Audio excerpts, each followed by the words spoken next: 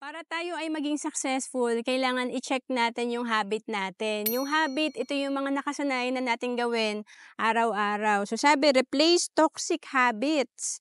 Ano ba to? Halimbawa, Netflix marathon.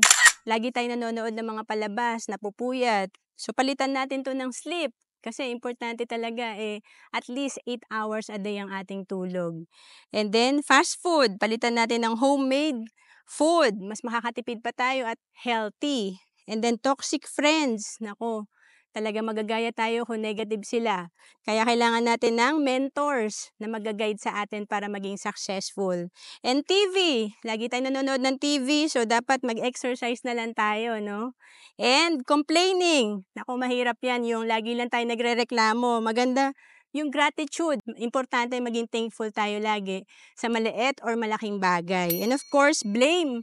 Ang hilig nating manisi. Pero dapat talaga, responsibility, maging responsible lang tayo and accountable. And overthinking. Ang dami nating worries, kaya wala rin nangyayari. Dapat may action talaga.